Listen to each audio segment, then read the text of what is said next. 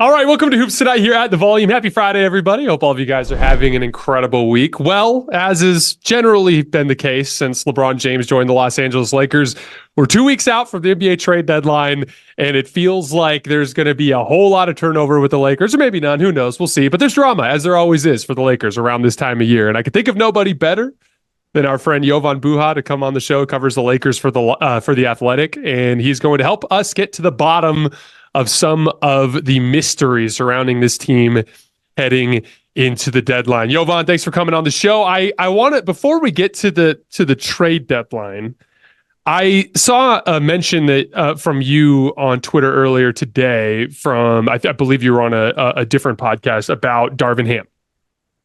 And we just recently had a situation where the Milwaukee Bucks had a clear understanding internally that their coach was not the right coach for this particular team. And they did something that is really difficult, but I think was the right decision. And they made it a coaching change in the middle of the season. And I had heard say that was most likely not going to be the case for this Lakers team, who's had some issues with Darvin Ham. I think he's got a lot more support within the front office and the ownership group. That said, it was a similar type of situation where it seems like there's a consensus around the league that Darvin has not done a good job with the Lakers this year. What are you hearing about the leash Darvin Ham has for the rest of the season? And do you think he will still be the coach by the time we get to the playoffs? I do. I think that he does have the support of Jeannie Buss and Rob Pelinka. And, that ultimately those are the two head decision makers with the organization. And, I think some of the stuff within the locker room has improved over the last few weeks since our last discussion. The Lakers did have 3 significant wins. I think that Clippers win was sneakily important for his job security. But beating the Clippers, beating the Mavericks, beating the Thunder, they had some statement wins over the last few weeks. Now they've also had some statement losses with the Brooklyn loss and losing. I mean, the whole thing that kind of spurned some of the pushback against Darvin was that Miami loss, but they also had the Memphis loss and they got blown out by Phoenix. And, I don't really hold the Utah and Clippers losses against them. No LeBron in either situation. But, from my understanding, things would have to go off the rails again. But for a more sustained period of, let's say a 6, 7, 8 game losing streak where it's just clear the disconnect is palpable. Players are just checked out, and I don't think it's gotten to that point. Like there have been comments in the media. I think if you look at the post game availabilities, there's some jabs here and there, and there's been a lot of praising of opposing coaches.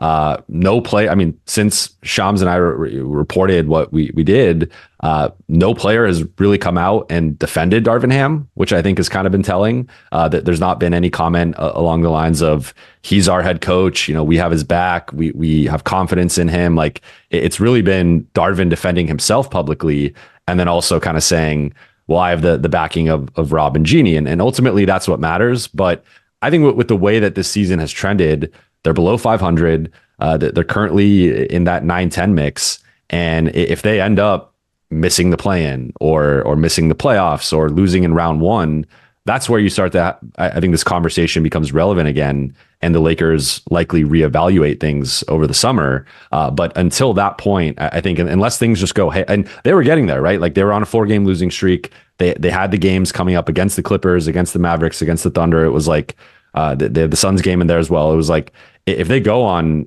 lose 7 of 9 or something like that, like it might just be the time to move on about a month ahead of the trade deadline. But they sort of righted the ship. Again, they've had some bad losses since then. But my understanding is he does have the confidence of the front office and ownership. They did view him as a coach that would come in with championship experience, a lot of experience under Bud, but also kind of grow into his coaching style. So they are giving him a leash in that regard of they still think he's not a finished product. He can improve as a coach. But it's a delicate dance when you have a win now situation and you don't have, I think, complete buy-in from the locker room, where it's like, I think you saw it in Milwaukee where there was several situations of Giannis checking himself into a game and Bobby Portis calling out the team after the in-season tournament, that those things, ultimately built up to a point of, I don't know if you saw the video of the Bucks dancing before the game. That looked like a pretty happy team. So I don't know if the Lakers would quite respond in that way if they moved on from Darvin, but I do think there's still some issues in there, but with the rotation and some of the lineup stuff. But I think winning cures all, and they have won some games that they needed to win. But clearly, they're 5-6 in 2024. So it's not like they're out of the woods here. Like they are still struggling a bit. So I think, but from my understanding, he's most likely safe through the rest of the season, barring things just going haywire. Yeah, I have this theory, and this is not based on any sort of reporting, not anything you've told me, not even anything I've talked to other people about behind the scenes. My theory is that they were done with him. And then what happened is it became abundantly clear that he wasn't going anywhere. And then everyone was like, all right, fine. Like, we got to try to make this work one way or another, And specifically when it comes to the Lakers, like the only real, I think LeBron and AD in and of themselves are tacticians. And especially when it comes to the defensive end of the ball and game planning for specific teams, I think there's a lot of that LeBron and AD can kind of take the load of, especially over the course of a playoff series. I think we've seen enough of that over the years to show that those two are constantly thinking the game and going through that side of things. Also, this offense has masqueraded as a cool 5-out, make the extra pass, drive and kick offense for brief stretches over the course of the last, couple of weeks. But I still think deep down, like in their basketball character, this is a stuck in the mud type of brute force offense. I think that's the way LeBron wants to play. I think that's the way AD wants to play. I think that's their kind of like natural basketball identity. And so, in a lot of ways, I don't even think a brilliant offensive tactician could come in here and like turn this offense around. I think it's a lot of it has to do with the personnel. And I think you see a lot of games like the Nets game where they, in that first quarter, the ball's just flying around and everyone's making the extra pass and everyone's driving and kicking. And there's this real fluidity. And they just can't sustain that. They can only do that for short bursts before they kind of revert back to what their normal basketball character is. When they originally hired Darvin Ham, I liked it from the standpoint of being a motivational move. Like if you remember, Frank Vogel, the one thing he is great at, really is that defensive tactician piece. But you could just tell towards the end of that 2022 season that everyone in the locker room was kind of done playing hard for him.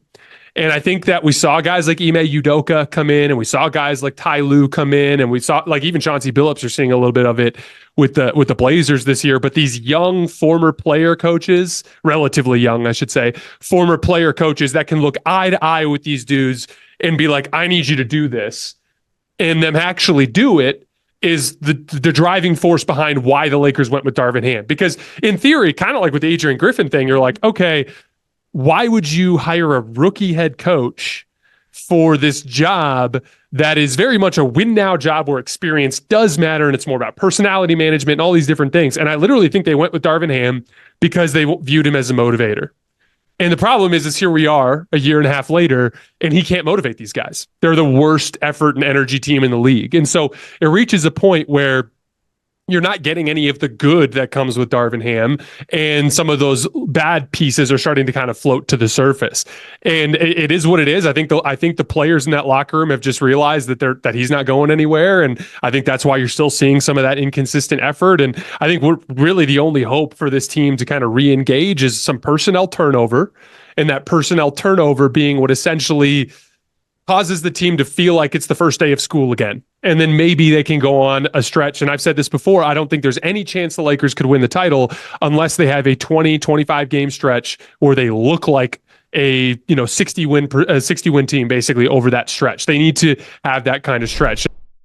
The NBA season is in full swing, and when I can't get enough of the action on the court, I spice things up by betting on DraftKings Sportsbook, an official partner of the NBA. Right now, new customers can bet $5 and get $200 instantly in bonus bets. I was looking at the lines for making the playoffs today, and you can get the Lakers at plus 115 to make the playoffs, and the Warriors, check this out, at plus 205 to make the playoffs. Download the DraftKings Sportsbook app with code HOOPS. That's HOOPS.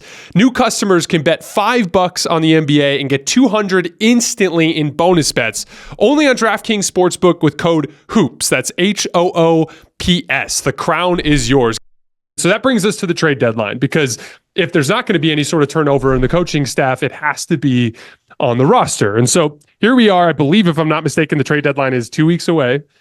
And there's been a ton of rumors surrounding the Lakers. A lot of the classic, the jockeying in the media for like, oh, well, we're actually looking to wait to this summer so we can go after Donovan Mitchell and Trae Young. And it's like, oh, well, they actually really want Bruce Brown. And there's all this like jockeying going on. So can you give us a summary of where the Lakers are from the standpoint of their front office and their strategy heading into this deadline? Yeah. So the Lakers are currently weighing three different paths, from my understanding. One would be kind of I don't want to say punting on the season, but sort of acknowledging like there might not be a move out there that is going to turn this around. We're going to have to figure this out with the 14 guys in the locker room, with the coaching staff. And we've played better as of late. We've won 5 of our last 8. And, let's stick with this more offensive-minded starting lineup. We're bringing in these kind of, athletic, long, bigger players off the bench, and sort of changing up the pitches in the second quarter, third quarter, and let's just retain our assets. Let's keep our young players. Let's keep our one tradable first round pick, and then come draft night, we can now move 3 guys, and be it the Trae Young and Donovan Mitchell names, or just retaining that for maybe the 2025 trade deadline. They would have some flexibility there. So that's path number 1. Path number 2 is basically emptying the cupboard and saying, okay, we're going to give up, D'Lo or Rui. We're willing to throw in JHS or Max, some of our young talent. We're willing to trade the first round pick. We're willing to add in a second round pick, a pick swap, like whatever it takes to get a deal done. And I think that would be a player like Dejounte Murray. I think it would be a player, Zach LaVine previously, but like that type of salary or that type of, fringe all-star, looking at, can we upgrade the D'Lo spot essentially with a better third scorer, just a better third option on this team. And then path number 3 is a small to mid-size move where maybe you're still moving D'Lo, maybe you're still moving Rui, or you can get off Gabe, but you are basically drawing the line of like, we're not giving up the first round pick, and maybe we'll throw in a younger guy, or we'll throw in a second round pick or 2, but we're mainly trying to swap salaries, swap a spot in the rotation, maybe add a bench guy, but we're not doing anything drastic here. So I think right now, path 2 and path 3 are the more likely ones. I don't see them standing pat and doing nothing. You have a win now situation with LeBron and AD. I don't think that would sit well with LeBron, given how we know he's always looking to improve his teams. And he has been critical of this roster at various points of the season, talking about the shooting or talking about the lack of size or the defense and whatnot. So I think if you gave LeBron truth serum, he'd want to do something at the deadline. And I suspect that the Lakers are going to do something at the deadline. Historically, this front office has been aggressive. It's just a matter of, are they doing something big? And do they feel like they can give up that first round pick, give up a pick swap, a second round pick, whatever, and actually improve the roster substantially? Or are they drawing a line in the sand and saying, hey, like we're looking for a more marginal improvement, but maybe swapping a player or 2 will get us in the right direction, clean up the rotation, maybe plug a backup point guard spot, add another wing, whatever. So those are, I think, more of the 2 paths that they're deciding between right now. And I think if they had their way, it would be Dejounte Murray. From my understanding, he is their top priority right now.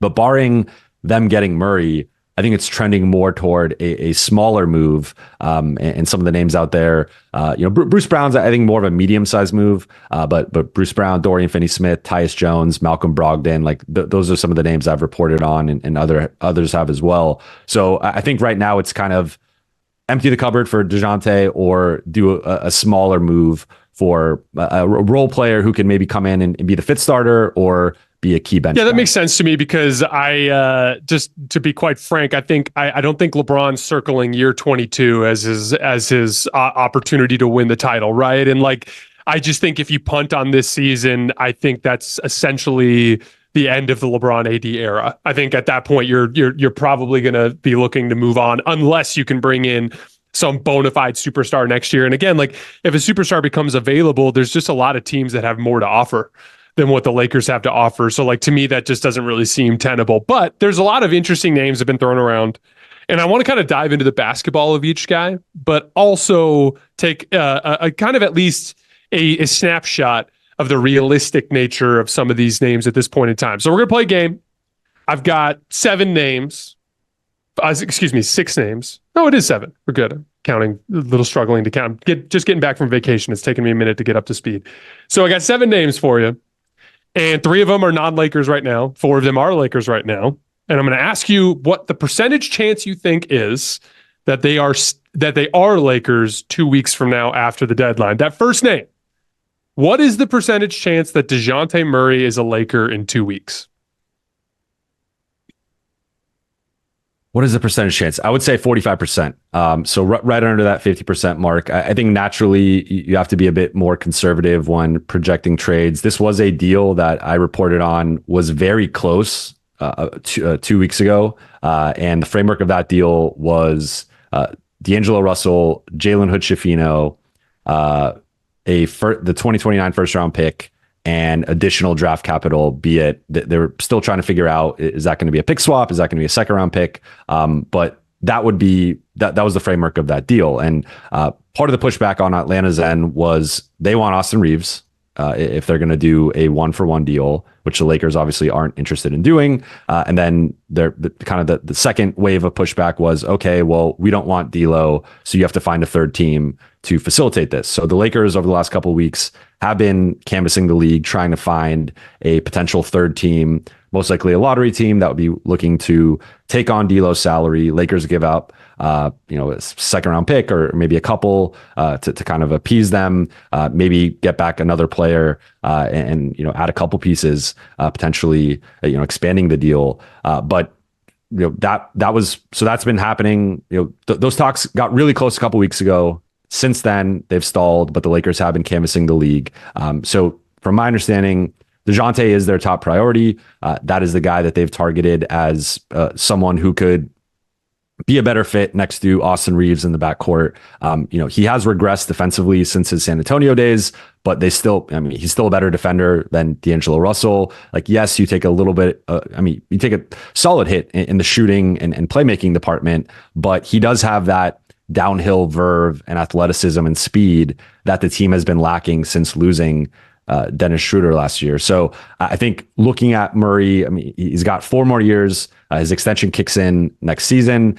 He does have a $13 million trade kicker, which could be spread out over the next 4 years. So his salary is a little bit higher than it appears on paper. But I think it's someone who, late 20s, he can grow with the AD Austin core. I think he does complement Austin pretty well. And the Lakers have identified more so the perimeter speed and athleticism at the guard spot as the need that they want to improve upon. I think you and I are in agreement. It's probably more of a 3-and-D wing is probably the bigger need, but those guys are hard to come by. If you do swap D'Lo out for a 3-and-D wing, you are potentially creating a different hole at the point guard spot. You're not replacing that playmaking and that level of just ball handling and command that he's had over the offense recently. So I think they view it as we are trading some strengths for different strengths, but it is just a more natural fit with Dejounte and Austin. And then on top of that, you have this guy now for 4 years, whereas D'Lo has a player option, and that kind of puts you in an interesting predicament depending on how the rest of his season goes. So I would say Dejounte, wouldn't put it above 50% just because with these situations, like once you have talks get to the 11th, the 1 yard line, 5 yard line, whatever, and they fall through, there's always the risk that they don't get back to that point again. But again, from everything I've heard, Lakers are prioritizing Dejounte, and therefore I would say about 45% feels right to me. Yeah, to be clear, I like the Dejounte Murray move. in the sense that it obviously makes the Lakers better. I mean, we don't have to galaxy brain this. Like, to me, the D'Angelo Russell has a ton of playmaking value in the regular season. But I do think that there's a pretty extensive history that shows that when the athleticism and physicality goes up a level, D'Angelo Russell's impact as a primary on-ball guy goes down a level. Once you turn into a guy who's working off the ball a lot, there's a diminishing return compared to like a really skilled offensive player versus a kind of skilled offensive player. There's a diminishing return versus an on-ball role, right? Like even when it comes to the Austin D'Lo debate, like there's no doubt that like Austin's not capable of having a 27-7 stretch over a 6-game stretch like this, where he's just picking teams apart as this primary offensive initiator. And D'Lo's been awesome over that stretch. That said, like, when we get to the postseason, it is going to be more LeBron and AD. It is going to be more posting up and more in the mud, kind of like bully ball type of basketball. And in that off-ball role, even though D'Lo provides a ton of value there, he's been one of the better spot-up players in the league this year, his value, there is a diminishing return there. Dejounte Murray absolutely can play alongside Austin Reaves to close playoff games. I have no worries about that whatsoever. Dejounte Murray is a better defensive player than people remember him being from his time with the Hawks. And, you know, even last night in the Warriors game, like in that first half in particular, did a really good job on Steph and was a big part of getting him off to a rough shooting start. He's got quickness. He's got length in particular is a big one for him that helps a lot. And it's more just about whether or not he can kind of recapture that effort and energy. But the big thing for me is Dejounte can just beat people off the dribble. Like he just can't. There was a play in the first half of the Warriors game last night where he's coming up the right side and he's got Andrew Wiggins on him in a straight ISO, and he just hits him with the right to left crossover and toasts him off the dribble and draws a foul at the basket. It's like there's nobody on the Lakers that can do that this year. There's literally not a single guy on the roster. Like even LeBron, it's way more bully ball. Even with Anthony Davis, it's way more bully ball. Austin and D'Lo need screens. Like there's a huge value that comes there. Dejounte Murray is having a much better shooting season than he has in the rest of his career. A lot of people say outlier, but I would say that in my time watching the Hawks the last 2 years, Dejounte's gotten a lot better playing off the ball, just as he's had to play next to Trae Young. So like I like Dejounte Murray, but I prefer Bruce Brown. And I'm going to break it down, but I want to start by talking more about the realistic nature of that type of deal. So what is the percentage chance that Bruce Brown is a Laker in 2 weeks? I'd say 20%. So a significant drop off. I think there's a couple of things there.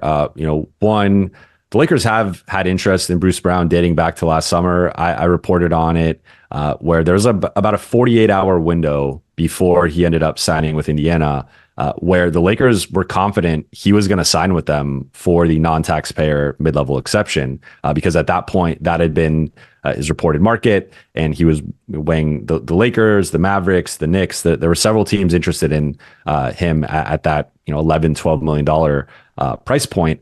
But all of a sudden, a few hours before the free agency starts, Indiana decides to back up the Brinks truck and offer him this interesting 2-year, $43-44 million deal with a team option on the second year. So really, it's a ballooned 1-year deal, and he ends up signing that, and now they're able to flip that ultimately for Pascal Siakam and really improve their roster. With Bruce Brown, it's an interesting situation just because he does have a team option for $23 million next season, and on paper, probably not worth that amount of money. But if you don't pick that up, you are risking him, potentially leaving for nothing, and then you just traded an asset in D'Lo or Rui for Bruce Brown, and then you're kind of just losing that asset this upcoming offseason. So I think for the Lakers, there's definitely interest in him. In my opinion, he had his best series of the championship run against the Lakers. So they saw up close and personal like what he could do, but just his versatility offensively, functioned basically as Denver's backup point guard for a lot of that run. But as we know, in Brooklyn and Detroit, he's played small ball center at times, so he can really play 1 through 5 in some regards. And just imagine slotting him next to LeBron and AD. And you could go bigger with Rui if they're able to keep him in that deal, or Vando, or you could go smaller and Bruce can guard up. So like you just have so much versatility adding him into the rotation. They haven't really had a guy like this, maybe since Kyle Kuzma off the top of my head. Like that's maybe but different players, of course, but like just that versatility to do several different types of things, both offensively and defensively from the wing spot. It's been a while for them. So I think Bruce is going to have a lot of league-wide interest. He is, I think, a lot of teams. Like I look at Philly, I think he would be a great fit there. So I think there could be more of a bidding war ultimately for Bruce Brown as a temporary win-now move. And once you get into a bidding war, the Lakers don't have the assets really to outbid most teams. So I think whereas Dejounte, Atlanta wants essentially 2 first-round picks.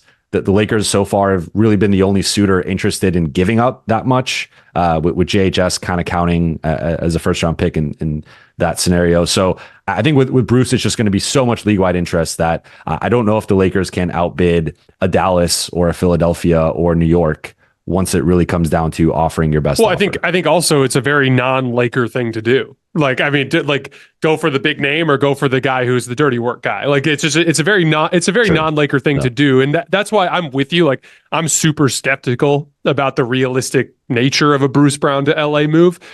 Why I like it is really simple to me. It comes down to like some of my core basketball beliefs. Like right now, I think the Lakers are being hurt by something that is a consistent issue that we see around the league, which is it doesn't really matter how much athleticism and size you have in the front court at like power forward and center if you don't have that in the backcourt to complement it. I mean, we literally see this with Milwaukee. It's like, okay, here you go.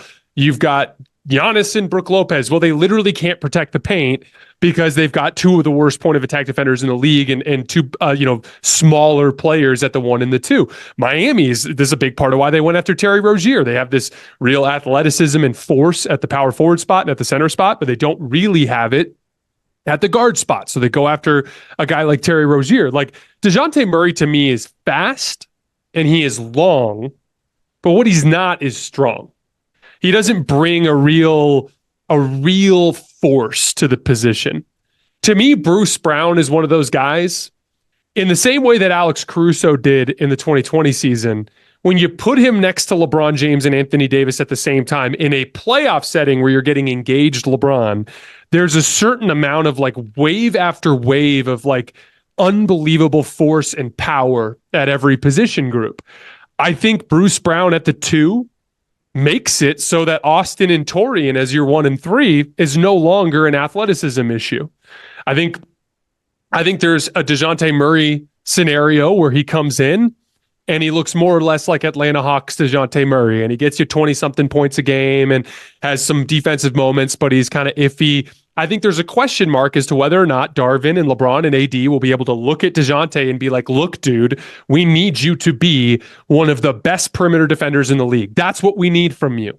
Whereas I think if they looked at Bruce Brown and asked that of him, he'd be like, that's what I do in this league. That's what I've always done in this league. Of course I will do that for you guys. You know what I mean? And I think there's a lot of upside there. So like when I look sheerly from the perspective of the basketball, then when you add the simple fact that in the playoffs, there's going to be a lot of LeBron James and Anthony Davis with the ball.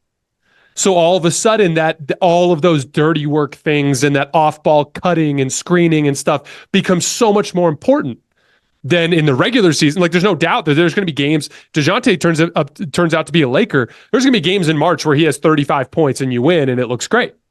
And that's amazing. But I do think there's something to be said about, we all agree the Lakers aren't winning the title unless LeBron and AD get near the 2020 level.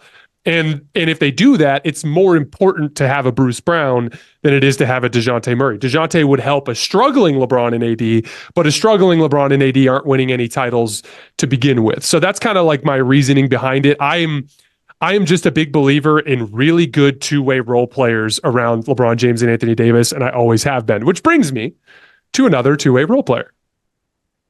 What is the percentage chance that Dorian Finney-Smith is a Laker in 2 weeks? I'd say about 30%. He's someone that they've also liked. There's kind of a trend here of several of these guys that Lakers have had their eyes on for quite a while, but DFS was someone that they were interested in dating back to last season. Over the offseason, again, there was interest in trying to find a way to trade for him. But I mean, I don't know what you thought of his performance against the Lakers in the Brooklyn win, but like I thought he was defending LeBron. He did such a good job on LeBron. Such a good job. Like as well as anyone has defended LeBron to my recollection this season. And he didn't have the best shooting night, and there was people complaining about it on Twitter of this is the guy you want to trade for. But like if I could find a way, if I'm the Lakers and I can upgrade Rui to DFS, and now all of a sudden you have that slotting of DFS is your starting starting small forward. You still have the Austin and D'Lo backcourt, and now Torian's coming off the bench. It just everyone's kind of aligned in more natural roles, and I think he is the type of guy who can make the Austin D'Lo pairing work. And Vando's been the other guy, of course, but with the shooting, and it's been a little bit better recently. He's been more of an offensive weapon, but that's the Lakers' hesitation is just is he going to tank the offense to an extent where it's sort of negating having our four best players or our four best offensive players, out there together. Whereas a guy like DFS, he's basically just going to do the dirty work. He's going to rebound. He's going to spot up. He can finish in transition, and he's going to defend an opponent's best 1 through 3 or 1 through 4 players. So I think honestly, among the options, like he's not the sexiest name, but DFS to me might just be the best fit with like the contract, not having to give up as much potentially as certainly as Dejounte, but even potentially as a Bruce Brown. Now there was a report that Brooklyn's looking for 2 first-round picks for Dorian. I think that's pretty high. But again, you hear similar things with Alex Caruso. Like so, the price point for these 3-and-D guards and wings is pretty high. But if there's a way for the Lakers to say, let's say they do the Dejounte trade, but they loop in Brooklyn as the third team. Like if you could get Dorian and Dejounte, and now you are giving up D'Lo, you're giving up Rui, you're giving up the pick. Maybe you're giving up JHS. Maybe you even have to throw in Max. But if there's a way to get both of those guys, like I would love that starting lineup of Dejounte, Austin, Dorian, LeBron, and AD. With Christian, Vando, Torian, and Gabe, or maybe you can get a buyout point guard. And now all of a sudden, like that 9-man rotation makes a lot more sense to me. You have a lot more defense in the starting group. You have more athleticism, better rebounding, and that 5-man. I mean, that's a 5-man unit you can actually close games with, as opposed to I think the current starting lineup. So. I think the Lakers have had interest in Dorian. Again, he's another guy who I think there's going to be plenty, like every team could use a Dorian Finney-Smith in my opinion. So I do think there's going to be a lot of interest in, again, Dallas potentially reuniting with him, but Philly. And so the Lakers are kind of in the market for a lot of these guys that are going to have multiple suitors. But to me, Dorian is at a slightly lower price is probably more realistic than Bruce Brown. Yeah, with Dorian Finney-Smith in particular, I love. I should say this with all these deals. I like all these deals in the context of additional deals. Like I think that ideally, what would cause me to have a lot more optimism about the Lakers and their championship potential within this season would be to have a clear 5. And one of the problems that kind of materializes with any of these deals is it's like, okay, let's say they just trade for Dorian Finney-Smith. You're like, okay, maybe that makes the Austin D'Lo backcourt more tenable. I personally don't think it's tenable at all under any circumstances. Like I just think that I don't think you can beat the best teams in the league starting Austin and D'Lo together. I think it's cute for the regular season. I think it is the right move for right now in the short term to get to the deadline. But the bottom line is you got to have some sort of athleticism and power in your backcourt. It's just too vital of a position, especially in the Western Conference when you're looking at the types of teams that you have to get through to get out of the conference. So like you bring in Dorian Finney-Smith, you have issues in the backcourt. You bring in Dejounte Murray, and it's like, okay, I'm really Austin, Dejounte, Torian is a very thin group. Even though Dejounte changes the length and speed at that 2-guard spot, it's still very thin, right? You go after Bruce Brown, you're like, okay, well, what about the offense? Now we still have these offensive issues when you get D'Lo out of the picture. So there's still these question marks. So again, if you're in a situation where you're needing to redirect a guy like D'Angelo Russell in a deal that brings back a Dejounte Murray, I would be doing everything in my power to bring back some sort of upgrade of Taurean Prince in some way, shape, or form as part of that deal. Maybe, I don't know, Saddiq Bey's in a contract year. Maybe you can get Atlanta to part ways with him too. Like maybe you, there's got to be some sort of like smaller upgrade out there that kind of coincides with these two, because at the end of the day, this Laker team is so convoluted in their rotation. You have to make, especially with Darvin Ham staying on board, you have to make really easy decisions for him. Like you got to make it so that Darvin has no choice but to play the these specific groupings. And I think by kind of simplifying that process at the 1, 2, 3, you can accomplish that goal.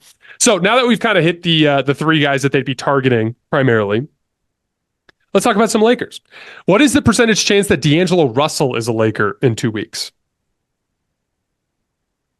I'd put it at around 40%. So more likely than not that he's traded. I mean, again, we've discussed this multiple times. Like, let's go back to the offseason. That D'Lo contract was structured to be traded. He waived his de facto no trade clause, which was a new stipulation in the new CBA.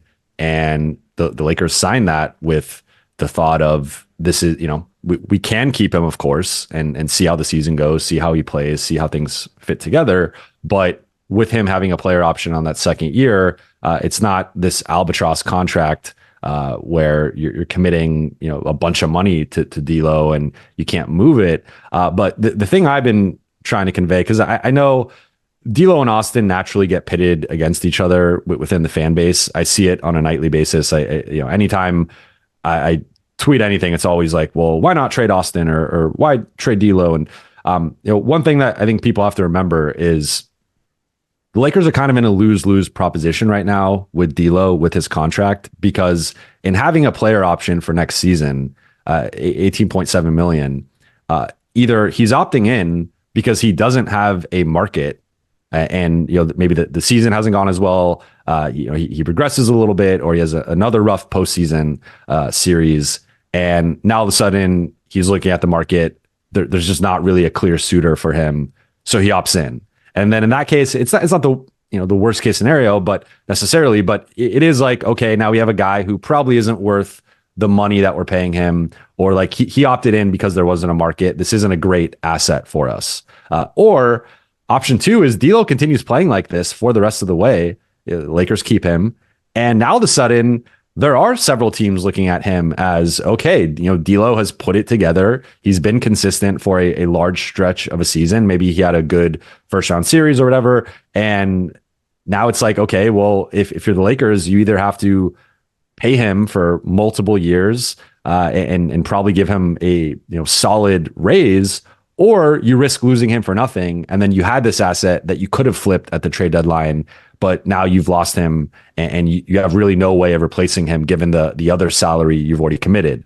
So to me, sure, there is a middle ground where D'Lo just ends up staying and he plays really well. And but that to me is a little bit of a fantasy land. It's either he's playing really well and he's opting out and you're probably losing that asset, or having to really commit to just LeBron, AD, D'Lo, Austin. That's our core. And as we're discussing, I don't know if you can really win with that foursome together, or again, you're now, having him opt in as a potentially, negative asset. So for the Lakers, again, this was a contract that was designed to be moved. It was supposed to be a tradable mid-sized contract that you could pair with another one, like say a Rui Hachimura or a Gabe Vincent, or just one kind of separate for, again, a Dejounte, a Bruce Brown, one of those guys making 18 to 22 million. So to me, for people kind of wondering why D'Lo and not Austin, Austin has 2 more years, and it's a very team friendly,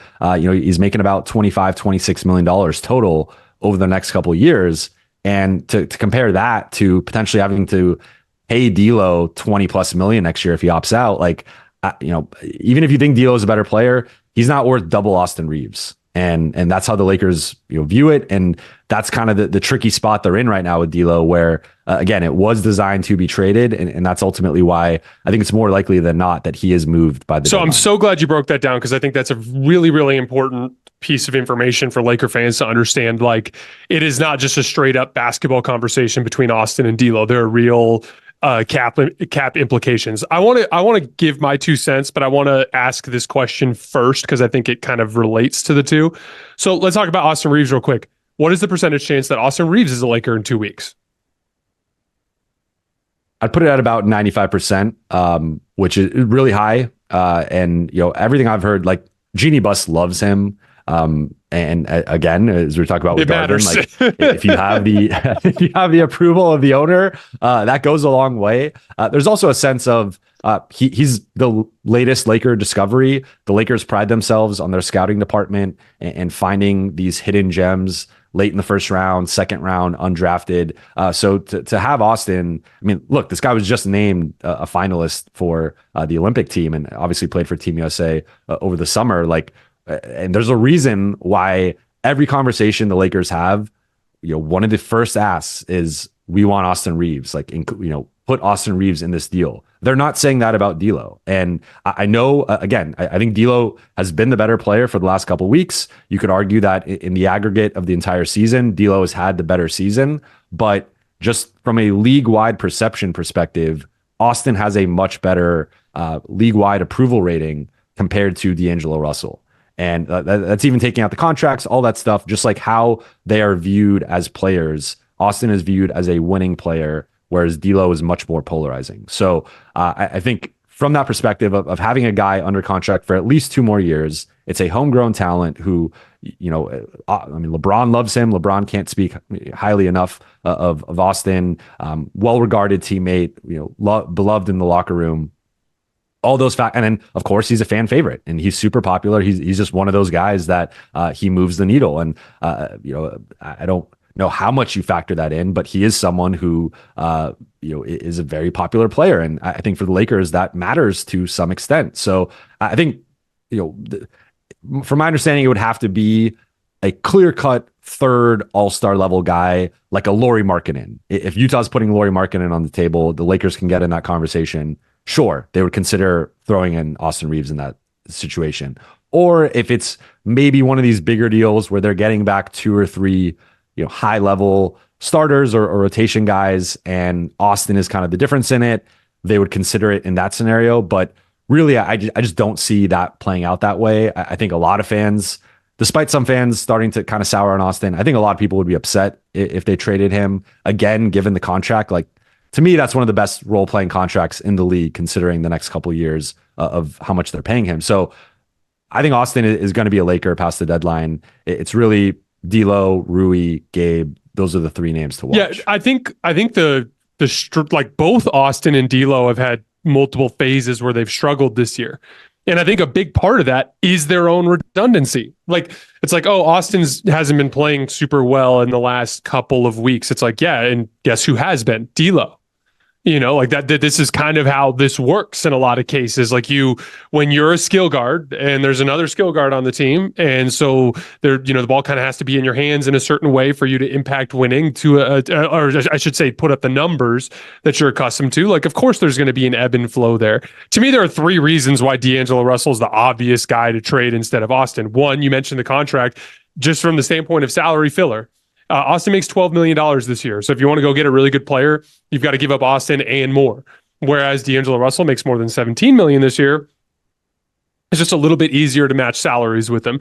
Secondly, the contract is just better for the future of the Lakers. It's like you mentioned, it's a discounted deal for a high quality role player in this league. So to be honest, like it just makes more sense to use D'Lo, because you might end up using Austin in a trade down the line to go get a better player. Or like you might have a point 3 years from now where you're really glad that Austin makes what he makes as you're building a certain type of roster around him and Anthony Davis, right? And then the last piece, it's really this simple to me. Every game during the playoffs last year, you wanted Austin on the floor for any sort of important moment. With D'Lo, it depended on the night. Some nights you were like, oh man, like he saved our ass against Memphis in game 4, you know? Some not, you know, there were a couple Warriors games in there too where he looked really good. But then there were these others where you're like, oh, D'Lo doesn't have it tonight. You got to get him off the floor. He's downright destructive to us right now. That was what it was like. And so like Austin, I call it like matchup resiliency. Like Austin is just capable of being on the floor in those 5-man groupings against more different types of playoff opponents. And so when you combine those three things, it makes it pretty simple and straightforward from that standpoint. And you're right, like Lakers fans have just kind of pitted the two of them against each other, and they're both really good basketball players who do very different things. I know they're both skill guards, but even within that context, they're very different. Right. Like, I mean, even just D'Lo's way better off the ball, I think, or on the ball. I mean, I think Austin is a better connector off of LeBron and AD than D'Angelo Russell is. So like, there's all these like different kind of elements between the two of them, and they're kind of stepping on each other's toes a bit. And you need upgrades at the 2 and 3. D'Angelo Russell is just kind of like collateral damage there in a lot of ways. And like, I almost feel bad for D'Lo because he has been such a good leader this year, and he has had such, impactful stretches. And like, I said before the season with you on this show that I thought D'Angelo Russell getting traded was the safest bet in the NBA this year. And I'm actually surprised that it's only 60% at this point, but I think you and I would agree, like 6 games since joining the starting lineup, 27-7 on 50-50-90.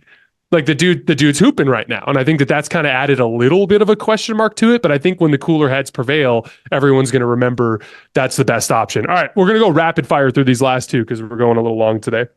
What is the percentage chance that Rui Hachimura is a Laker in 2 weeks?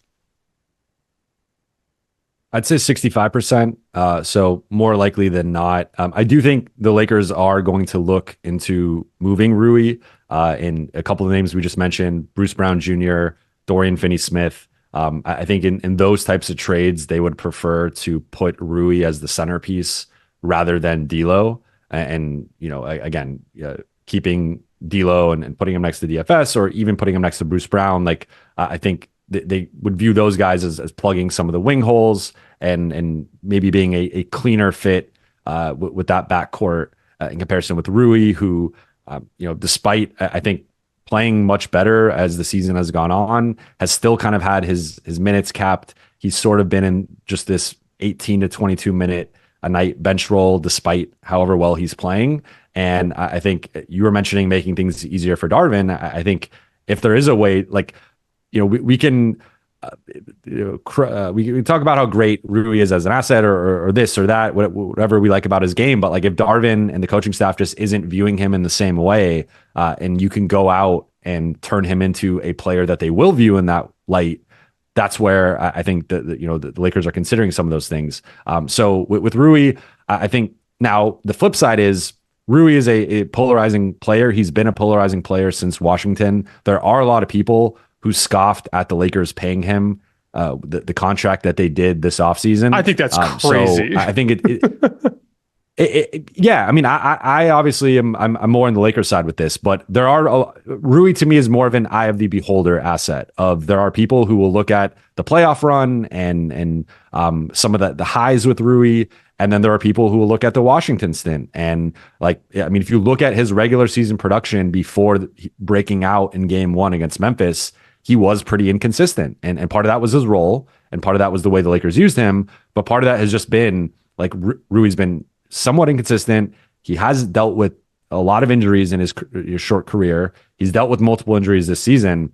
So I think Rui is a little bit more of it's more of a negative asset than D'Lo is.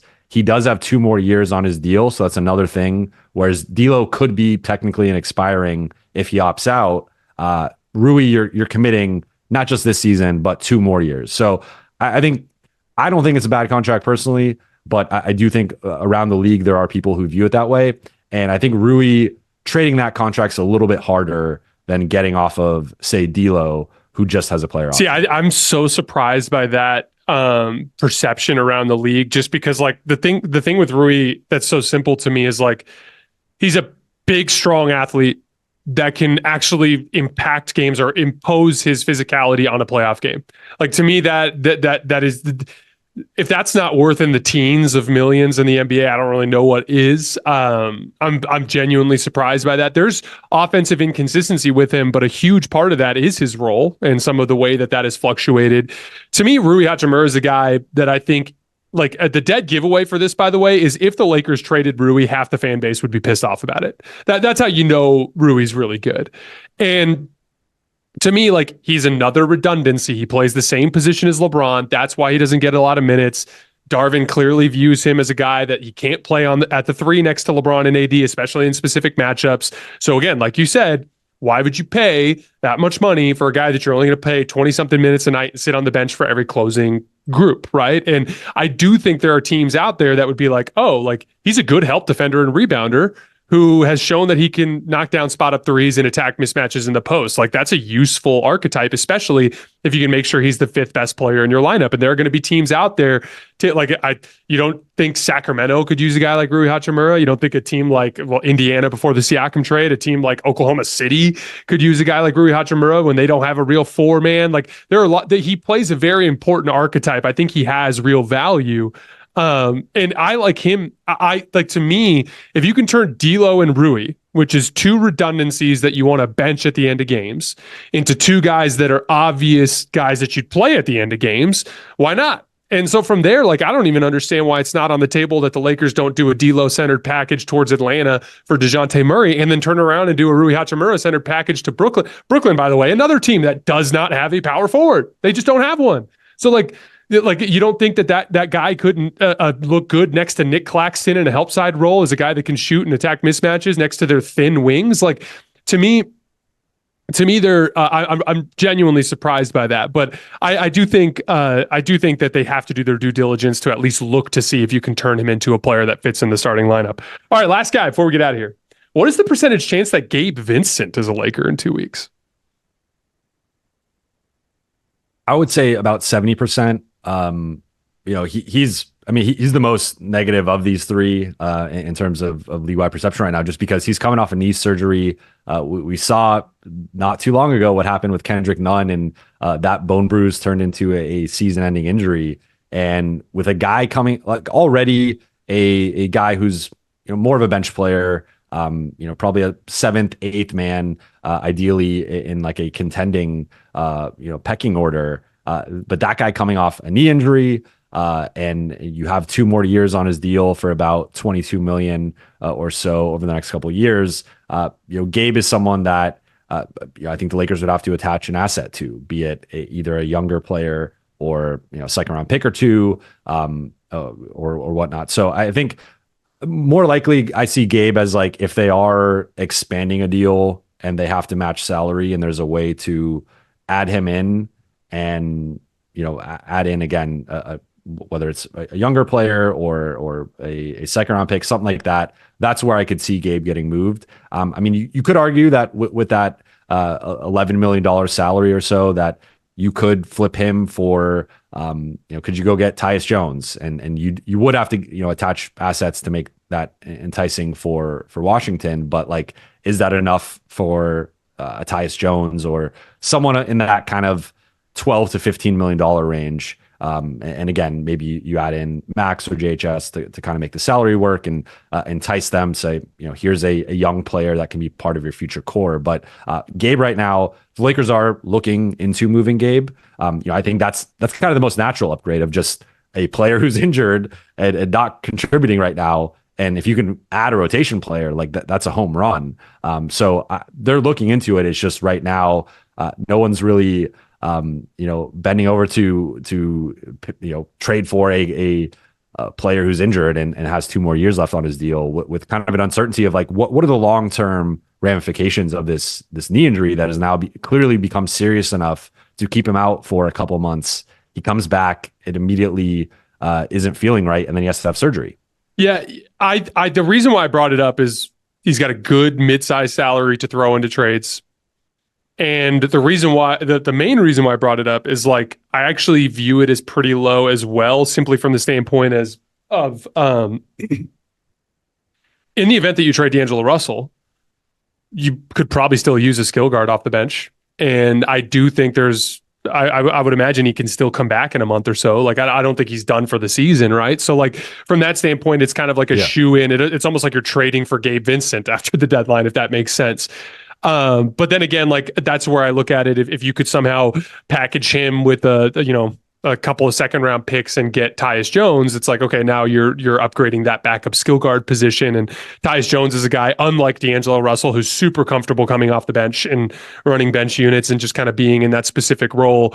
But I thought it was worth asking given his contract information. All right, Jovan, I thought you did an incredible job today breaking down for us not just the types of targets the Lakers are going after, but also just the reasoning behind it. And I think that'll help Laker fans understand a lot about, how this process works. Is there any thing that you can shout out in terms of articles that you've been working on and other stuff with The Athletic right now? Yeah, I have a mailbag coming out Friday morning. So by the time you're listening and watching this, it should be out. So I'll be diving more into some of these trade questions and different things to watch for ahead of the deadline. So be on the lookout for that on The Athletic, and be sure to follow me on all social platforms. All right. Thanks as always for supporting the show, everyone. We'll be back tomorrow with some game breakdowns. And then we also have an instant reaction video on Saturday night for Lakers Warriors. I will see you guys tomorrow.